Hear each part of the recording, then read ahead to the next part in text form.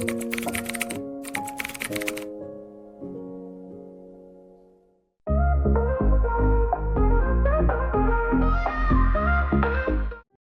might see an elderly person sitting quietly in the park, eyes gently closed, hands resting on their knees, looking like they're peacefully resting. But you'll never know. Inside them might be a storm that never stopped. Old age, it's not always the serene ending movies portray. It's a room full of memories where every pain buried in the past comes back. Knocks on the door and demands to be seen. These pains don't come from age, they come from what was never named. They come from walking through life without ever stopping to heal. Don't assume the elderly no longer feel pain. The truth is their psychological wounds run deeper, quieter, and often go unnoticed even by themselves. You might ask an elderly person, "Are you okay?" And they'll smile simply and say, "I'm fine." But at night, they still lie awake. They still dream of parting ways with their first love at 20. They still hear the shouting of a father. They still regret never saying "I'm sorry" to their mother while there was time. They still ache that their children no longer seek their advice. They still feel quietly replaced, forgotten, left behind. There are wounds that were never touched, but they follow us for life. And if they're never seen, never named, never accepted, they'll quietly destroy the final chapters through silence. In this video, I won't give you shallow advice. I won't say just stay positive. I won't tell you everything will be okay, because some things haven't been okay for a very long time, but I will speak the truth drawn from years of listening to thousands of elders. From tears that fall in the night, from words left hanging over dinner, from sighs in nursing home hallways, from diary entries no one reads. And I will walk with you to name each wound, understand why it exists, and show you how not to carry it to the end. Wound 1. The feeling of being left behind. You can live with your family and still feel forgotten. I once met Mrs. Grace. She lived with her son, daughter-in-law, and 2 grandchildren. Every morning she woke early, made coffee, folded napkins, and prepared breakfast. But no one sat with her. Everyone was busy. They greeted her but never looked her in the eye for more than 3 seconds. They said, "Just relax, Mom," but never asked, "Are you happy?" She wasn't angry. She didn't complain. But every time I visited, she would ask, "Do you have time to sit with me for a bit, just a bit?" Because she had grown used to being alone. I asked her, "Do you ever feel like a stranger in your own home?" She nodded for the first time in 3 months of knowing her. You see, the feeling of abandonment doesn't need raised voices. It appears when you're still there but no longer seen. This wound silently eats away at the elderly. No one sees it. But it's there in slower steps, in smaller meals, in stories left untold, in words swallowed before they're spoken. Where healing begins, you can't change others, but you can call yourself back home. Keep a journal, not to impress, just to be honest.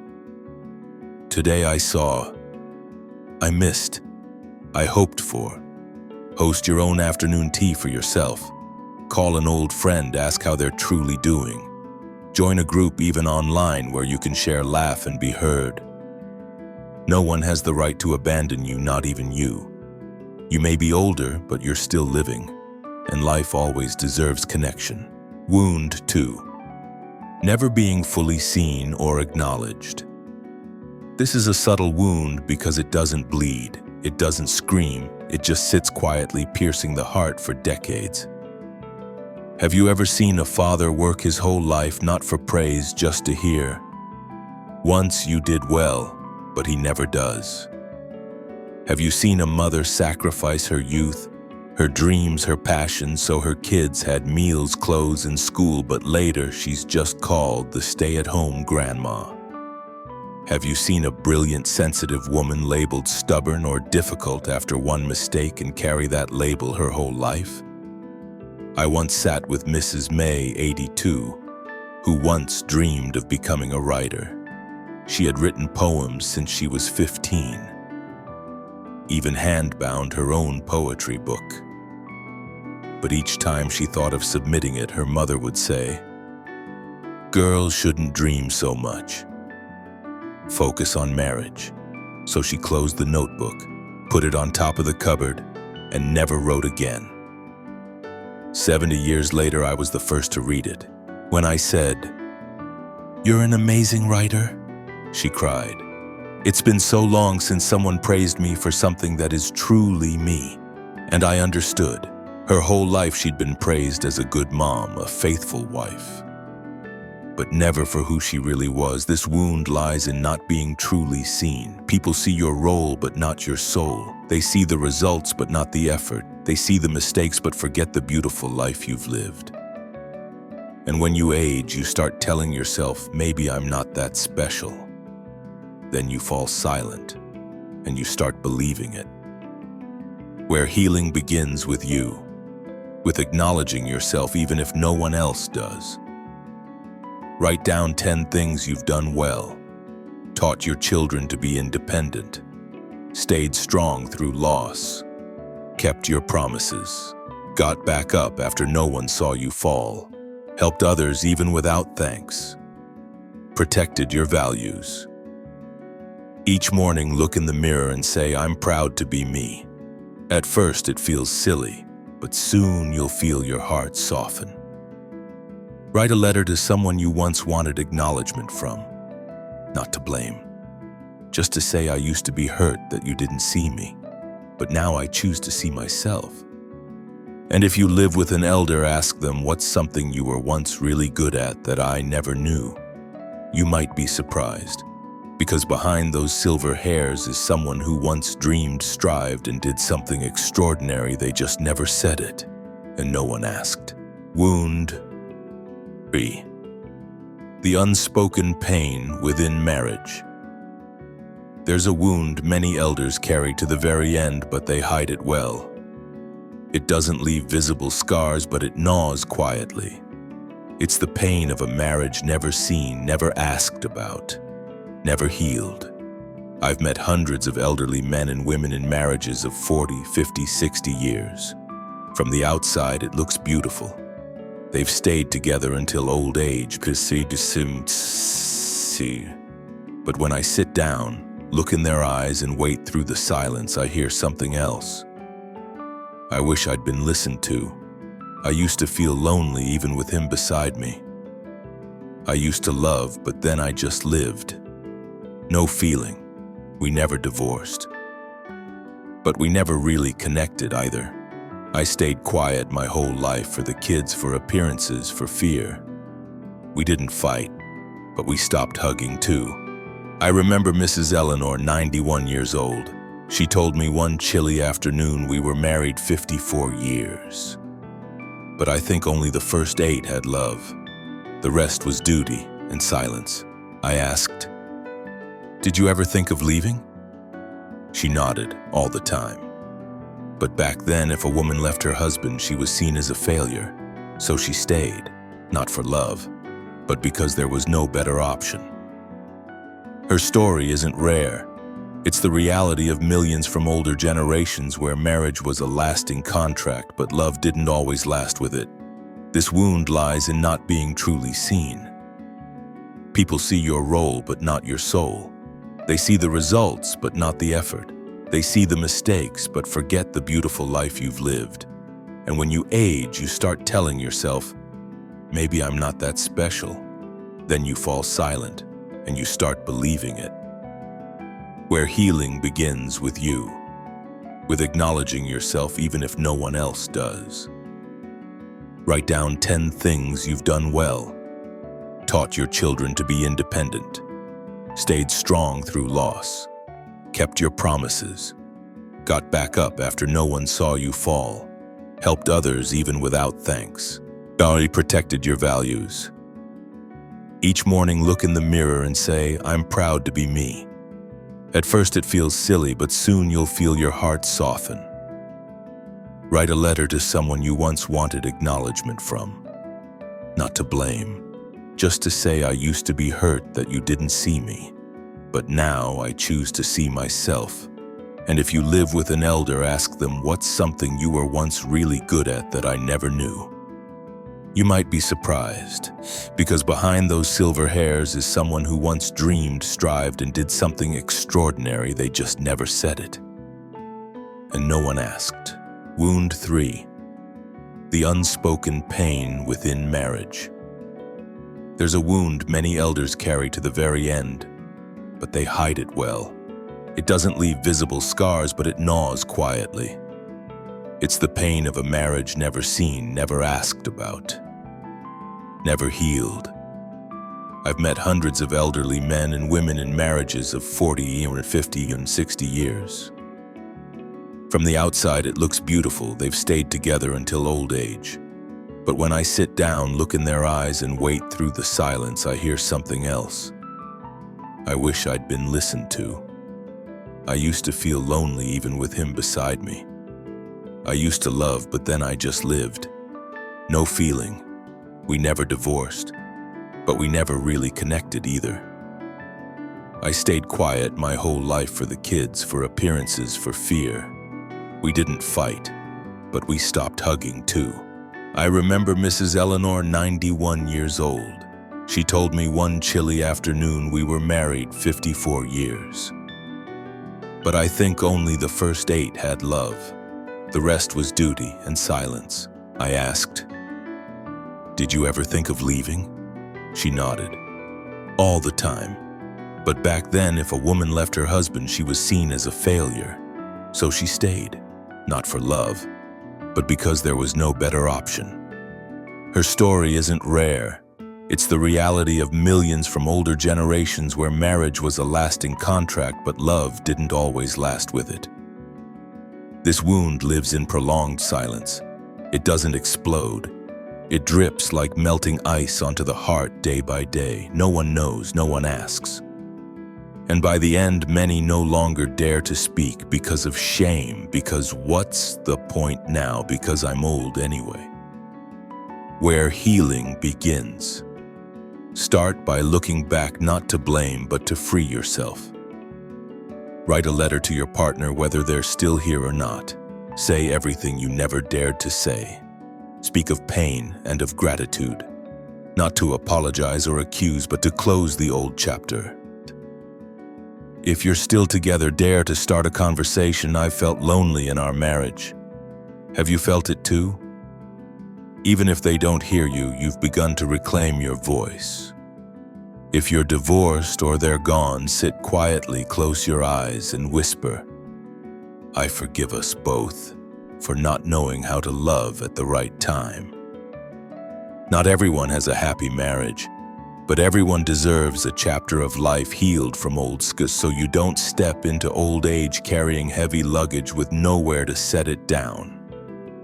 You don't need to forget, you just need to release, and when you do, you'll feel your heart lighten like sunset light on your skin. Where healing begins, start by allowing yourself to cry. Cry for the one who's gone. Cry for the part of yourself that you've lost. Cry for the life you never got to live. Cry not for others to see, but so you know you still feel. If you've ever thought, "I'm past that, I'm strong now," let me tell you, being strong doesn't mean never crying. Being strong means daring to cry and still choosing to live. Write the name of someone you never allowed yourself to grieve. Sit quietly for 10 minutes and remember them. Place your hand on your heart and say, "I'm sorry for staying silent so long. Now I'll let my heart hurt so it can heal." And if you live with an elder, don't say, "Dad, don't cry." That's in the past. You're still alive. There's nothing to be sad about. Instead, say, "I'm here, I'm listening. Tell me as many times as you need," because memories don't need solutions. They just need to be told so they don't die in silence. Wound 5. Regret over something that can no longer be changed. Once asked Mrs. Lorraine, if you could go back and change just one thing, what would it be? She looked at me as if staring 40 years into the past. My daughter once told me she wanted to study photography. I dismissed her. I said, How will you make a living from that? She listened to me, studied education, taught for 10 years. Then one day she quit, without a word. And I haven't heard from her since. It's been 16 years. She pulled out a black and white photo from her pocket. A little girl holding a plastic camera, smiling bright. That was the last time she looked at me with trust. Her voice was calm, but her hands shook. Her eyes were glassy. Did you ever write to her? Yes, 1 letter a year. But I never had the courage to send them.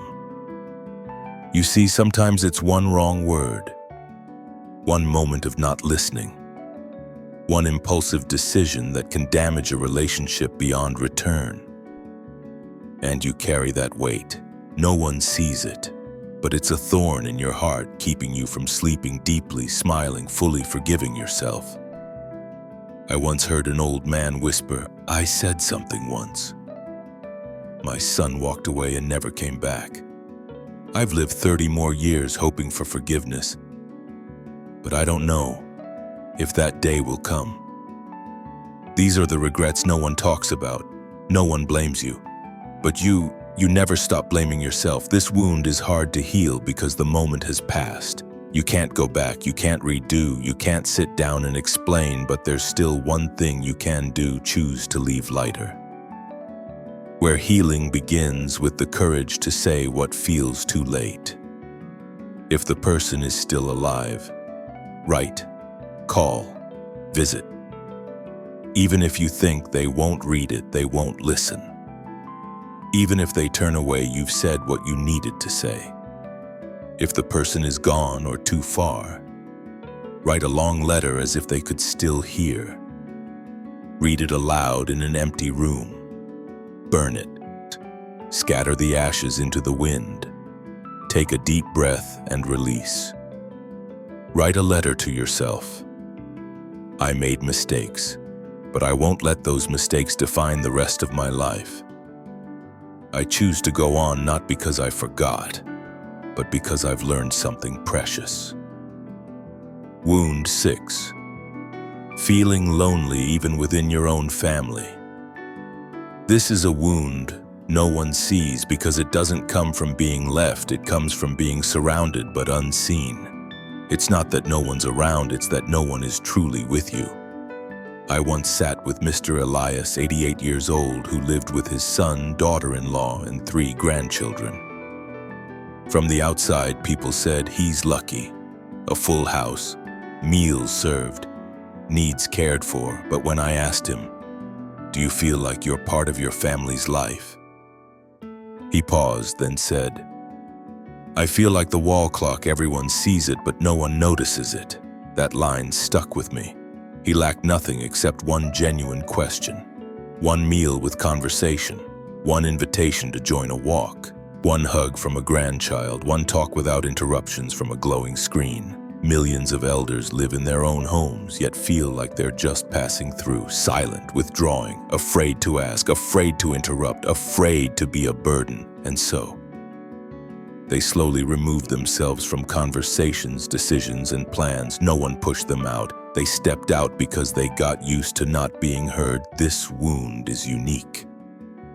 It's not as obvious as separation, so not as loud as loss, not as tearful as heartbreak. It simmers, it's quiet, it eats away at dignity, and by the time anyone notices, the elder has completely withdrawn from their own family, where healing begins with a step back in. If you're an elder living with family, don't be afraid to start a conversation. Don't wait to be invited, ask. Could we all have dinner together this week? Tell a story not to preach but to share. Suggest a shared activity, cooking, chess, a movie night. If you're younger, living with an elder, stop what you're doing when they speak. Look them in the eye when you answer. Ask, "What do you think, Grandpa?" Don't treat them like outsiders. They're the soul of your home. The most painful loneliness isn't being alone. It's being invisible among those you love. You don't have to do anything big. Just truly see the one who's been sitting beside you for years, fading quietly into the background. And if you are that elder, don't let age push you too far back. Step forward again just once. Even if you're turned down, you showed up. And one day your family will realize you were what was missing all along. Wound 7. Losing your sense of worth. It's not that someone hurt you, not that your children called you useless, not that society rejected you, not that your spouse criticized you. It's that you gave up on yourself. This is the quietest wound and the most dangerous because it doesn't come from one event. It comes from thousands of tiny choices, one moment of staying silent, one time not asking for what you want, one skipped look in the mirror, one seat taken in the back, one more I'm old, it doesn't matter. Then those just once moments become habits, then identity, then a belief that you have nothing left to offer. I once asked Mrs. Agnes, "Is there anything you still enjoy?" She paused, then said, "I used to love dancing, but now I'm old." "Dance what for?" I asked. "Is there anything that still makes you feel valuable?" She shrugged. "No one really needs me anymore." That sentence sounded gentle, but it hurt deeply. Not because others denied her worth, but because she had denied it herself. This wound steals the most beautiful years that remain. Elders begin to reject opportunities. They say, "I'm too old, I'm useless, I'm a burden, I'm out of touch, I have nothing valuable left to share," and slowly, they believe it's true. But no, you are not a shadow, you are not someone waiting for the end, you are not what's left, you are you with all your history, depth, compassion, and inner light. Where healing begins with one small action to remind yourself that you are still here. Wear something that makes you feel beautiful, not for others to see, but for you to remember you deserve it. Write a list titled, "I am someone who survived divorce with strength, raised 2 kids through poverty, beat an illness no one thought was survivable, helped someone out of depression, endured more than people will ever know." Tape it to your mirror so every morning you remember I still matter. Create a new role for yourself. The storyteller for your grandkids, the dinner menu advisor, the family memoir writer, the founder of the morning club at the senior center, the neighbor who bakes and shares, the one who brings light to other elders' spirits. No one can steal your worth unless you surrender it. You may no longer be quick. You may no longer be young. You may no longer speak loudly, but you still have a heart and the ability to love, to laugh, to inspire, to warm an entire room just by showing up. You no longer need to prove anything. You only need to remember you've never stopped being valuable. Now you know. These 7 wounds, they weren't your fault. You didn't choose them. You didn't ask to carry them. They came through time, silence, hurt, distorted expectations, and lifelong roles you had no choice but to play. But from this moment on, you can choose. I will not carry them anymore. They are not your identity. They are not the cost of aging. They are not your ending. They're just old chapters waiting to be closed with care. And you have every right to do that, whether you're 60, 70, 80, or 90, whether you're bedridden or still walking every morning, whether you live alone or in a bustling home, whether you have people nearby or not, you still have the right to live the rest of your life with a healed heart. And this is where healing begins, step by step, gently but truly. And this is where healing begins, step by step, gently but truly. Step 1. Face the pain without turning away. Sit down alone, no music, no phone, no one around. Breathe deeply, then reflect on the person you never say out loud but still remember every night, the sentence that has haunted you for 30 years, the moment you felt invisible, the dream you once packed away. Let your heart remember without judgment. If tears fall, let them fall. If your heart aches, let it ache. If your body trembles, let it tremble. Because for the first time, you're not turning away. Healing doesn't begin with medication advice or encouragement. It begins with the courage to face your own shadow. Step 2, speak to the child inside you. There's a part of you that is still 5 years old, still believes people will stay, still thinks being good means being loved, still fears abandonment, still feels not enough. You grew up, but that child didn't. They're still there in the deepest corner of your soul, waiting for you to return. Take their hand and say, "I'm here now. We're no longer alone. From now on, I will protect you. You don't have to be perfect to be loved. You don't have to stay silent anymore." Write a letter to that child. Write as if you're speaking to yourself with all the tenderness you never received. Step 3, start one small habit to begin again. You don't need a grand plan, just one small habit repeated daily to remind yourself you are alive and you can still grow. Write 5 lines in a journal each night. Take 3 deep breaths each morning. Open a window and say, "Today I choose to live." Call an old friend once a week.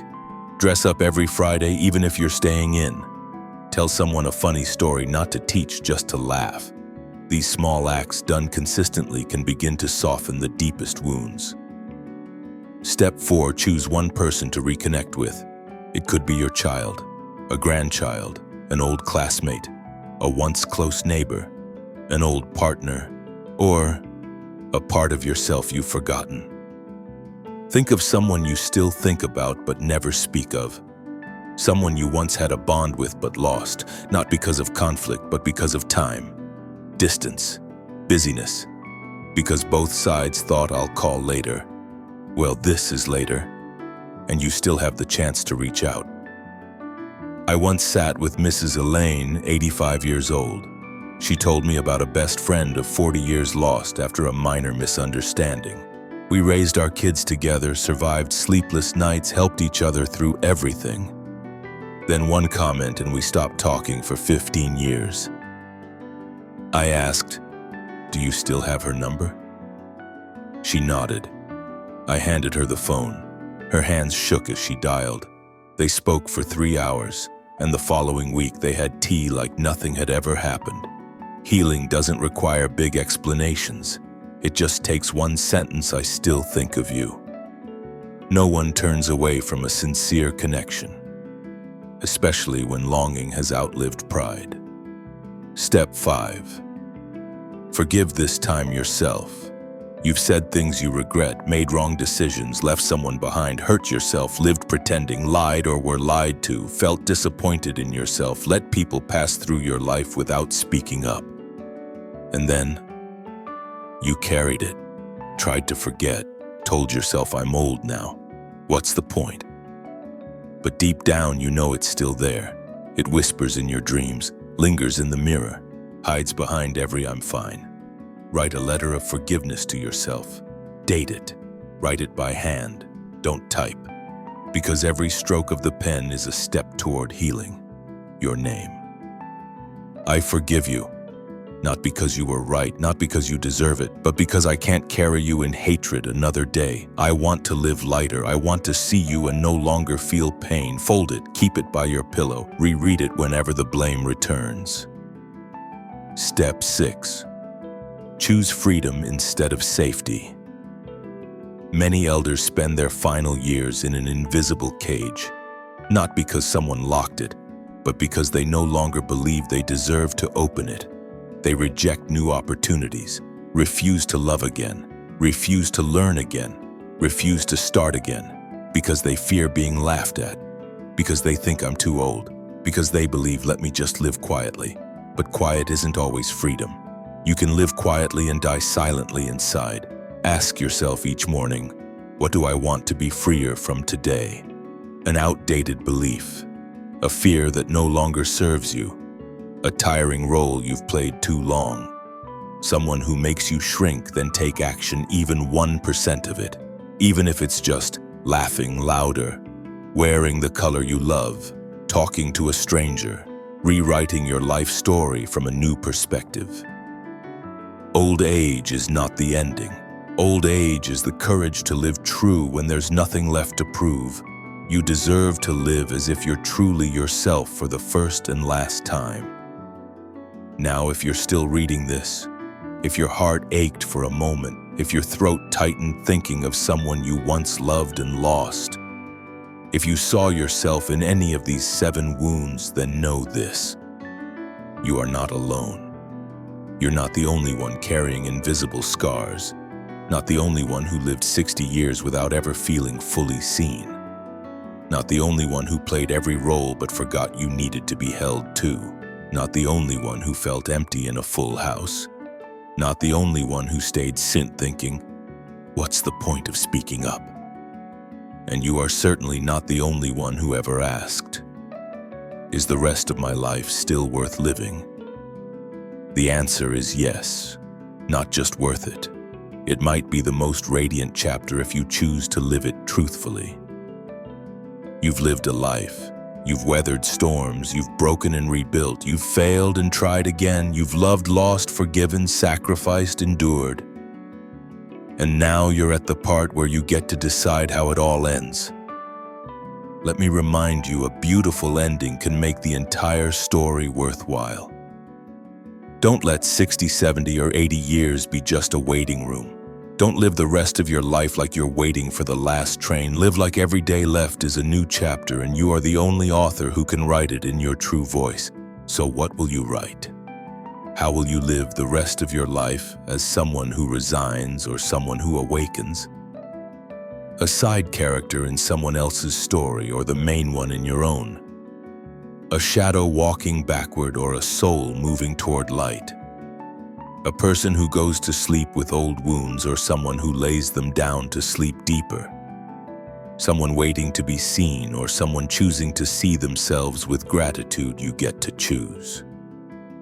Today's actions.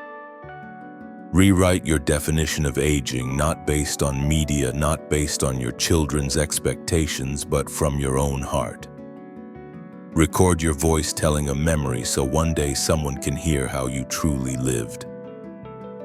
Pick an old photo and tell the story behind it, to your grandkids or to yourself. Spend 10 quiet minutes with your hand over your heart and say, I forgive. I am grateful.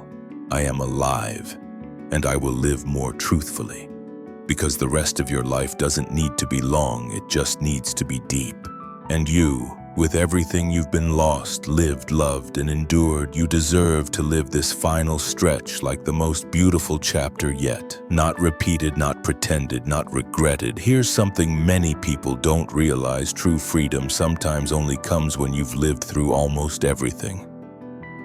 Because before that you were still trying to please everyone, still raising kids, still keeping face, still afraid of being misunderstood, still playing roles, still wearing masks, still thinking, this is who I should be. But now, after all that, when you no longer need anyone's approval to feel worthy, when you no longer need to prove anything, you are free. What is freedom in old age? Not the absence of illness, not being pampered, not a full bank account, not children caring for you every day. It's freedom from judgment, freedom from expectations, freedom from should have, freedom from living to please others, freedom to say no, freedom to say I'm not okay, freedom to love again, freedom to live for yourself for the first time. Mr. Henry, 94 years old, once told me, you know, I spent most of my life trying to please everyone, but at 80 I started wearing purple. Didn't care who disliked it. I just felt more alive in purple. It sounded simple, but to me it was the strongest declaration of someone finally living authentically. You don't need anyone's nod to know you're living right. You just need to feel it. This is me, and I don't need permission to live like myself. How to step into freedom in old age. 1. Give yourself permission to change. You don't need to cling to an old version of yourself. You don't have to live like you did 10 years ago. Today you can choose again. 2. Redefine what success means to you. Not big houses, accomplished kids, or lots of money, but a peaceful mind, a light heart, a warm soul. 3. Accept what's already past, not out of weakness, but wisdom. Some people won't come back. Some things can't be undone. But you don't have to keep carrying them. 4. Choose what makes you feel alive, not what makes others think you're okay. Wear the colors you love. Listen to the music you adored at 20. Learn something new. Rewrite your life story as a living legacy. And if someone asks, how are you living at 70? You can smile and say, for the first time in my life, I'm living as me. No permission, no fear, no pretending.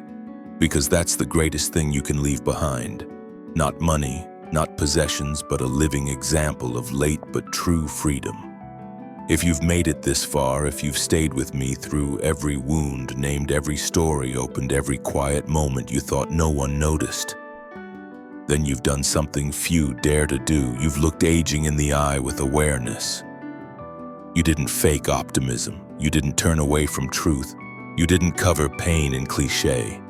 You chose to face it, to touch it, to lay your hand on your wound and say, I see you. I'm ready to heal.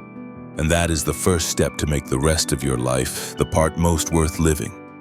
You don't need 30 more years. You just need 30 honest days. You don't need to be richer, healthier, or better. You just need to be lighter, truer, freer. Ask yourself gently but honestly, what have I never done because I thought I was too old? What did I once long for but gave up on because no one supported it? What have I carried in my heart that it's time to lay down? You don't need all the answers today. You just need to begin with one question. If I only had 5 years left, how would I live them differently? Maybe you will. Call someone you drifted from. Write down your life lessons for your children and grandchildren. Wear a red dress for the first time in 40 years. Tell your husband, I need a hug. Tell your wife, I'm sorry. I didn't see how much you were hurting. Tell your kids, we weren't perfect, but we always loved you. Tell yourself, I deserve happiness even if no one walks this road with me.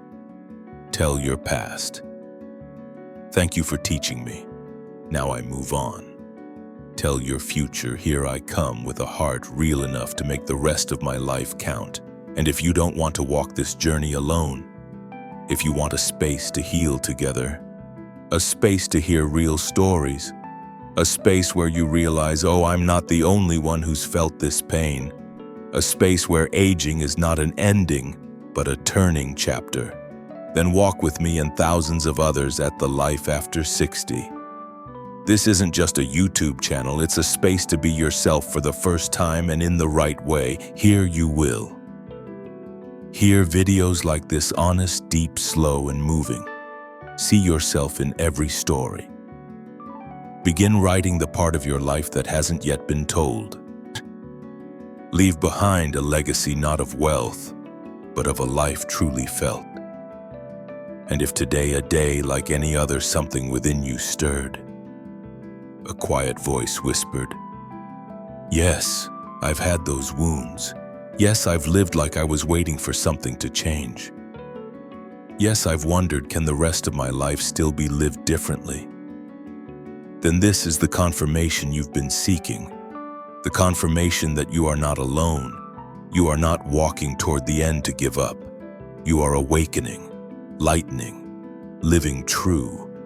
And to do that, you need a place, not a loud, crowded, rushed space, but a space where elders aren't pitied but heard, where memories aren't called long-winded but honored as treasure, where age isn't a limit but a foundation for a truthful life.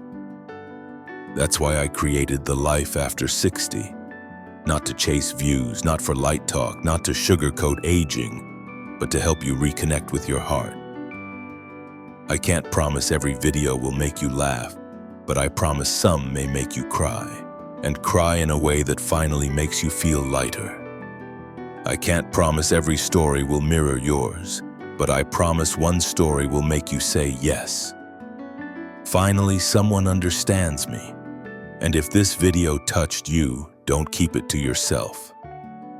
Send it to The mother who quietly watches the afternoon pass. The father who says little but waits to be asked.